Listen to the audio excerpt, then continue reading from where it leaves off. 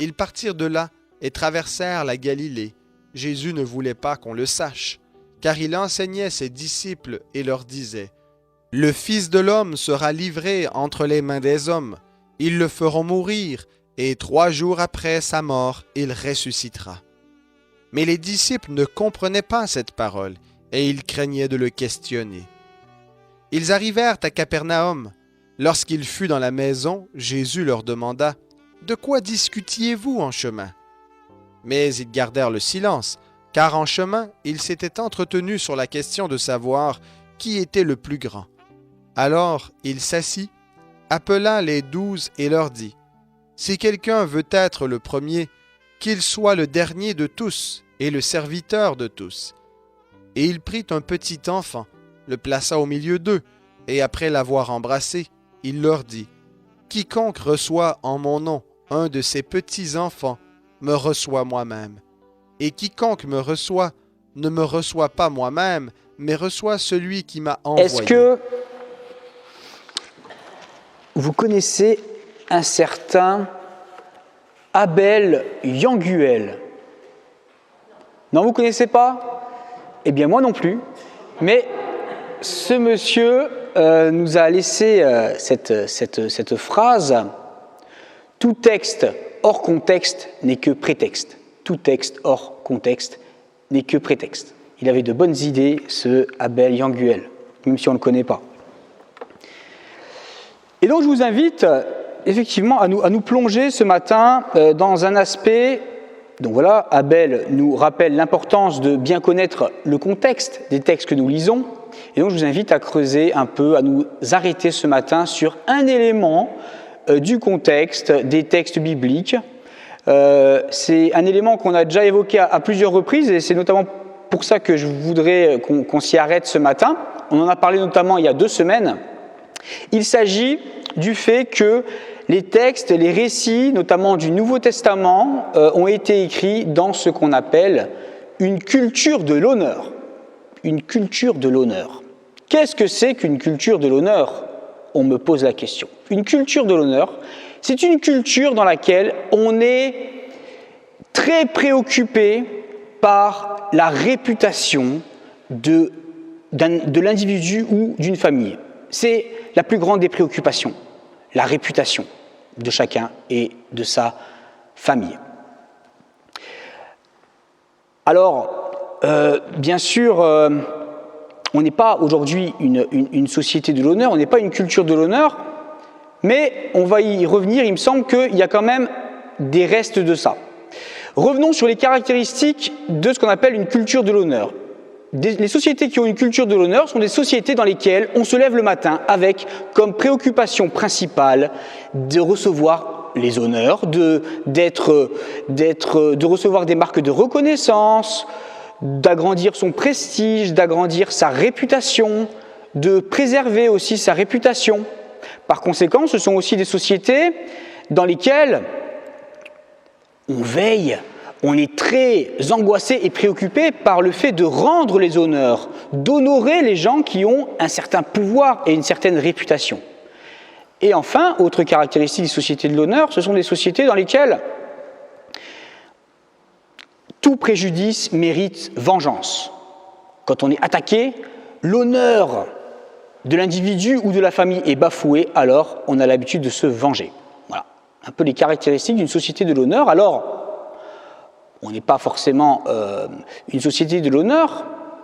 En tout cas, nous, les francs-comtois, on va dire semi-ruraux, bien sûr, en Afghanistan, par exemple, on a beaucoup parlé d'Afghanistan, ce sont encore des sociétés de l'honneur qui fonctionnent comme ça. Mais c'est vrai que c'est beaucoup moins fort chez nous. Et pourtant, on va voir qu'il y a quand même des choses qui restent. Par exemple, il me semble qu'aujourd'hui encore, le fait de recevoir les honneurs, d'accroître sa réputation ou de préserver sa réputation, c'est encore quelque chose qui compte. C'est, je crois, encore une puissante source de motivation pour arriver à certaines performances, pour avoir certaines réussites. On veut réussir, on veut faire des performances aussi pour que les autres puissent nous applaudir, nous féliciter, nous congratuler.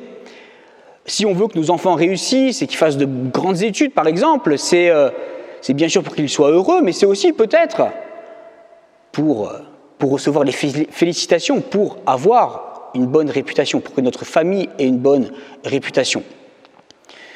De même, ce qui existe encore aujourd'hui, c'est ce qu'on peut appeler le syndrome lèche-botte.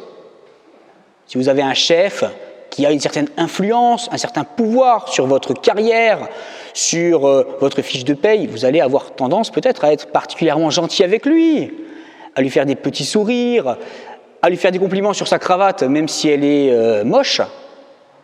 Vous allez raser les murs si cette personne est un peu dans un abus de pouvoir. Vous n'allez pas trop lui dire, parce que vous êtes soucieux de l'honorer, de le respecter. Et puis, aujourd'hui encore, quand quelqu'un nous fait du mal, on peut avoir cette envie de se venger et de lui faire payer jusqu'à son dernier souffle. Voilà. Donc on voit que ces choses-là, quand même, demeurent, j'ai envie de dire. Alors je crois qu'il ne faut pas faire un tableau trop noir des sociétés de l'honneur, parce qu'elles ont aussi des bons côtés. Il y a des bons côtés à la culture de l'honneur. Ce sont des sociétés où il y a un certain respect, où il y a une grande solidarité familiale, où on ne laisse pas tout et n'importe quoi se faire. Hein. Il y a un grand sens du devoir aussi, donc ça peut peut-être nous faire envie, mais c'est vrai que la plupart des textes du Nouveau Testament, et notamment le texte de Marc, que Lynn a lu, eh bien, semble dénoncer la culture de l'honneur, en tout cas certaines de ses caractéristiques, et la plupart des textes du Nouveau Testament invitent plutôt à résister à cette culture de l'honneur. Pourquoi est-ce que ce serait important de résister à ce qui reste aujourd'hui ou à ces caractéristiques de la culture de l'honneur qu'on peut retrouver encore chez nous aujourd'hui? Eh bien, pour une raison sociale, pour une raison psychologique et pour une raison spirituelle. Je commence avec la raison sociale. Pour une raison sociale, il me semble que c'est assez évident. La culture de l'honneur pose des problèmes de vivre ensemble, comme on dit. Ça pose des problèmes de vivre ensemble. On le voit dans notre texte. Les disciples se chamaillent pour savoir qui est le plus grand.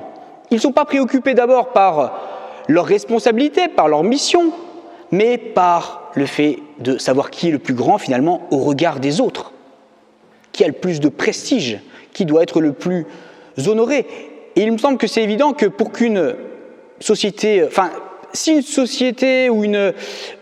dans une société ou dans un groupe ou dans une communauté, tout le monde est un peu obnubilé, préoccupé par sa réputation, davantage que par sa responsabilité, ça a posé des problèmes. Et on sera plus des rivaux que des collaborateurs. Et c'est ce qui arrive aux disciples. De même, si on est préoccupé par le fait d'honorer, de respecter avant tout les gens qui ont du pouvoir et de l'influence, eh bien ça va ouvrir les portes à tous les abus de pouvoir. Voilà, et donc les personnes qui ont un certain pouvoir vont pouvoir tout se permettre au mépris des petits, au mépris des plus faibles, au mépris de ceux qui ont moins de pouvoir et d'influence. D'ailleurs, si Jésus invite à accueillir les petits-enfants, qu'est-ce que ça veut dire ? Parce que aujourd'hui, les enfants, c'est l'époque de l'enfant roi, donc on fait très attention aux petits-enfants. Mais à l'époque où Jésus parle, les petits-enfants, c'est un peu les derniers, c'est les gens à qui on ne fait pas attention. Et c'est les gens surtout qui n'ont pas de pouvoir, qui n'ont pas d'influence. On n'a rien à retirer. Si on rend service à un enfant, il ne va pas nous rendre service derrière. Et donc Jésus invite aussi à considérer les faibles dans la société, les plus démunis, ceux qui ont moins de pouvoir et d'influence. Évidemment, si on passe son temps à être préoccupé de ce que vont penser les puissants, on va peut-être moins penser aux faibles. Et puis bien sûr, si on est dans une société où tout le monde se venge les uns des autres, forcément on va rentrer dans le cycle de la violence. Tu me fais du mal, je me venge, tu te venges, je me revanche, et on ne s'en sort pas. Voilà. Donc on voit les problèmes sociaux, j'ai envie de dire, que posent les caractéristiques d'une culture de l'honneur. Ensuite, pour une raison psychologique, il faut résister aux résidus de culture de l'honneur. Au niveau psychologique, pourquoi ? Parce qu'il me semble que si on vit surtout à travers le regard que les autres portent sur nous, si on attend des autres qu'ils nous honorent, si on attend les autres qu'ils nous félicitent, je crois qu'on va toujours vivre dans une forme de frustration. Pourquoi ? Peut-être tout simplement parce qu'on se voit souvent un peu plus beau que ce qu'on est, et les autres n'ont pas forcément la même perception des choses, et peut-être qu'ils ne vont pas nous rendre la reconnaissance, les honneurs, tout ce qu'on pense, en tout cas, devoir attendre. Donc je crois que si notre amour-propre dépend du regard que les autres ont de nous, eh bien, on va forcément être dans une forme de frustration perpétuelle. De la même façon, si on est préoccupé par le fait de toujours satisfaire, honorer, respecter, se soumettre à des gens qui ont du pouvoir et de l'influence, on va aussi tomber, je pense, dans un engrenage et une sorte de course sans fin. On parle beaucoup aujourd'hui des personnalités perverses narcissiques. Je ne sais pas si vous avez déjà entendu parler de ça, c'est un concept à la mode. Les pervers narcissiques, eh bien, une des caractéristiques des personnalités perverses narcissiques, c'est de toujours en demander plus aux autres. Et c'est de mettre les autres dans une forme de culpabilité, de ne jamais en faire assez. Et je crois que si on est dans cette logique de toujours essayer de satisfaire, d'honorer, de plaire aux gens qui ont un certain pouvoir, on va s'épuiser, on va rentrer dans un engrenage un peu infernal. Et puis enfin, par rapport à la vengeance, au désir de vengeance, eh bien des études scientifiques très sérieuses ont montré que les gens qui avaient de la rancune avaient plus de chances de développer des problèmes cardiovasculaires, avaient davantage de perte d'immunité, avaient des problèmes de sommeil, avaient des problèmes, avaient des problèmes d'énergie. Vous voyez que c'est pire que le coronavirus d'être rancunier. Donc pour des raisons psychologiques, je crois qu'il faut résister à ce qui reste de la culture de l'honneur. Et puis enfin, pour une raison spirituelle.